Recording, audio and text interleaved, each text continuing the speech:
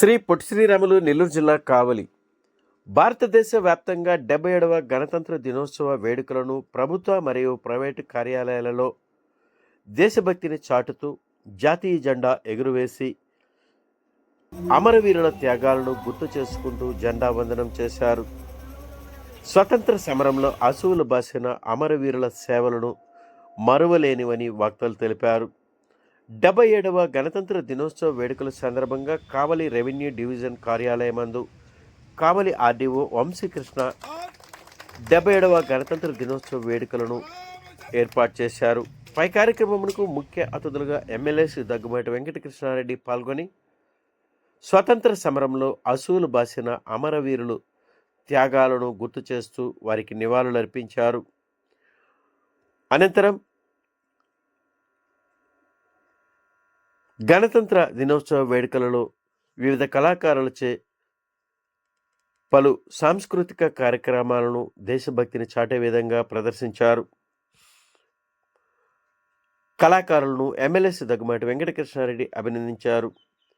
ఆంధ్రప్రదేశ్ రాష్ట్ర ముఖ్యమంత్రి వర్యులు నారా చంద్రబాబు నాయుడు ఆంధ్రప్రదేశ్ రాష్ట్రాన్ని మరియు కావలి నియోజకవర్గాన్ని అభివృద్ధి పదంలో నడిపిస్తున్నారని, కావలి నియోజకవర్గాన్ని వ్యవసాయ పారిశ్రామిక రంగాల్లో అభివృద్ధి చేస్తున్నట్లు, కావలి నియోజకవర్గంలో ఇండస్ట్రియల్ హబ్గా ఏర్పాటు చేస్తున్నట్లు ఎమ్మెల్యేసి దగ్గుమాటి వెంకటకృష్ణారెడ్డి సభలో తెలిపారు. అనంతరం ప్రభుత్వ కార్యాలయాల్లో పనిచేస్తున్న ప్రభుత్వ ఉద్యోగులకు ఉత్తమ సేవా పత్రాలను ఎమ్మెల్యేసి దగ్గుమాటి వెంకటకృష్ణారెడ్డి ఆర్డీఓ వంశీకృష్ణలు అందజేశారు. అనంతరం కావలి ట్రంక్ రోడ్డులోని 100 అడుగుల జాతీయ జెండా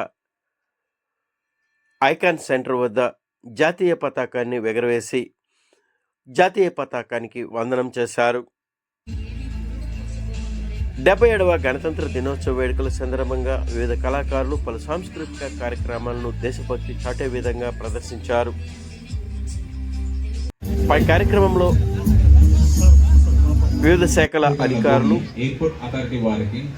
విద్యార్థులు, నాయకులు, కార్యకర్తలు, అభిమానులు పాల్గొన్నారు. ఇన్వెస్ట్మెంట్ డిపార్ట్మెంట్ ప్రకారం సదరు 1379 ఎకరంలో భాగమైన దామవరం గ్రామ సర్వే నంబరు 1/1లో 418 ఎకరముల శాశ్వత కౌలు భూమిని ఎకరా ఒక్కింటికి 13 లక్షల రూపాయల వంతున నష్టపరిహారం చెల్లించి సదరు భూమిని ఎయిర్పోర్ట్ కొరకు సేకరించడానికి నిర్ణయించినారు. దీపం స్కీమ్ ఆ ధనికుల నుండి ఆ పేదవారికి ఏ విధముగా సహాయం చేయగలము అనేది P4 సర్వే యొక్క ముఖ్య ఉద్దేశం. కావలి నియోజకవర్గం మొత్తం 20,000 3 వాయిదాలలో అందజేస్తారు. కౌలు రైతులు తప్పనిసరిగా CCRS ధృవీకరణ పత్రం కలిగి ఉండాలి. ఆదాయపు పన్ను చెల్లించేవారు, ప్రభుత్వ ఉద్యోగులు, పెన్షనర్లు ఈ పథకంకు అనర్హులు. ఒకే కుటుంబంలో ఒకే వ్యక్తికి మాత్రమే అర్హులు.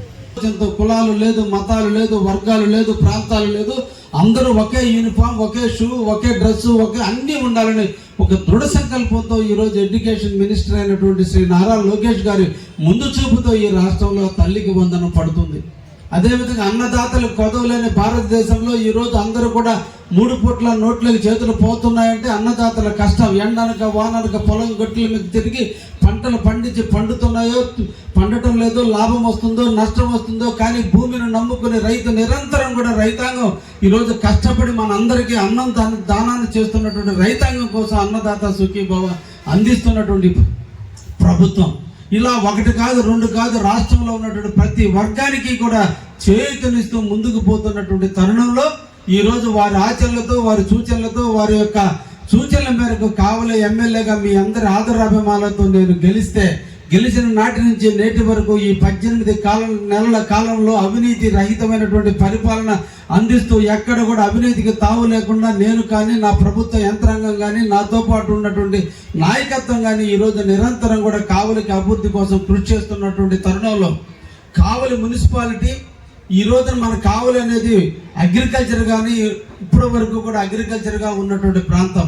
మన ప్రాంతంలో అగ్రికల్చర్ పంటలే తప్ప ఇక్కడెక్కడ కూడా పారిశ్రామిక వడకి తావు లేనటువంటి ప్రాంతంగా ఉన్నటువంటి తరుణంలో అభివృద్ధి ప్రదాత అయినటువంటి శ్రీ నారా చంద్రబాబు నాయుడు గారి ముందు చూపు ఈరోజు దామారంలో ఎయిర్పోర్టు, లేదంటే రామాయపట్నంలో పోర్ట్ కావచ్చు, బీబీసీఎల్ ఇండస్ట్రీ కావచ్చు, ఇండో సోలార్ కావచ్చు, ఇంకా నెంబర్ ఆఫ్ కంపెనీస్ ఈరోజు ఇఫ్కో సెజన్ కూడా ముఖ్యమంత్రి వర్యులు 22A కింద ఉంటే దాన్ని తొలగించబడితే ఈరోజు 2700 ఎకరాలు ఇఫ్కో సెజ్లో ఈరోజు కొన్ని వందల కంపెనీలు రాబోతున్నాయి. ఇందాక ఆర్డీఓ గారు చెప్పినట్టు ఇప్పటికే ఆల్రెడీ 2 కంపెనీలు ఇథనాల్ కంపెనీలు రావడం జరిగింది. తద్వారా ఉద్యోగ రూపకల్పన జరగబోతుంది. ఈ విధంగా ఈ రోజున ఒక్క శ్రీశెట్టి తడలో ఉంటే దానివల్ల ఎన్ని ప్రాంతాలు అభివృద్ధి చెందినాయో ఈరోజు కావలి ఈ పారిశ్రామిక వాడ వల్ల ఈరోజు కావలి అభివృద్ధి చెందబోతుంది. ఇప్పటి వరకు మన ప్రాంతం అగ్రికల్చర్ గా ఉంటే ఇక నుంచి ఇది పారిశ్రామికంగా అభివృద్ధి చెందబోతుంది.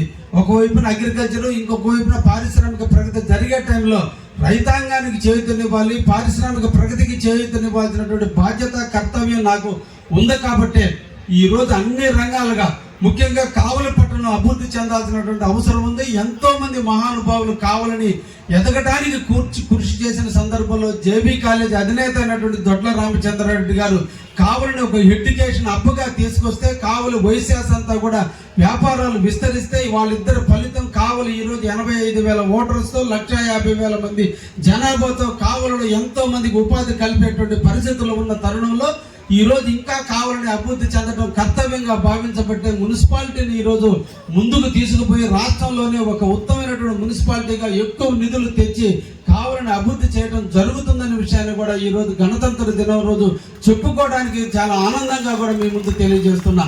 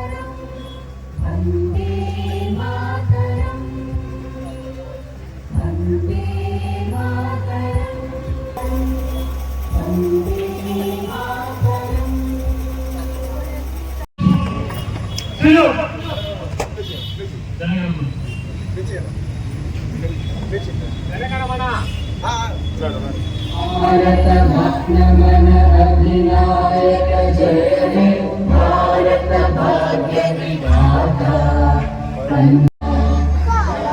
शुभ नामे जागे तब शुभ आशीष मागे गाहे तब जय गाथा जन गण मंगलदायक जय हे भारत भाग्य विधाता जय हे जय हे जय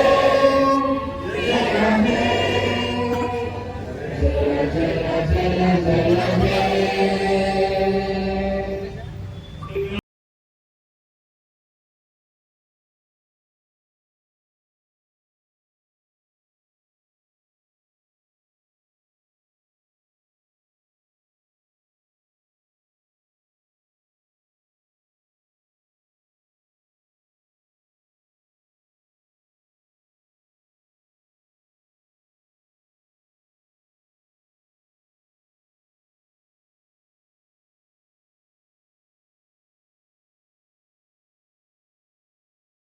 కె జయలలిత హెడ్ మాస్టర్ బ్రాహ్మణ కాక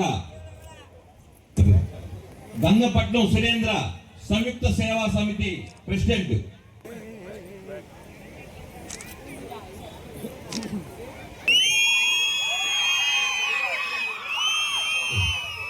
గంగపట్నం సురేంద్ర గారు సంయుక్త సేవా సమితి. నెక్స్ట్ గొట్టుపాటి మాలిదేవి గారు doctor.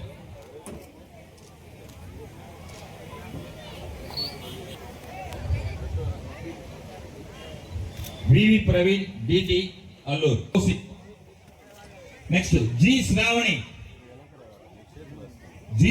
VRO Avula Venkata Vivek Kothapalli village. P Srikanth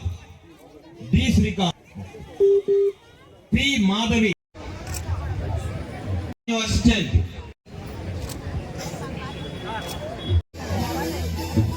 D Sudhakar, tahsildar office Bhogol. V Venkateswarlu, line inspector. Hostel welfare officer.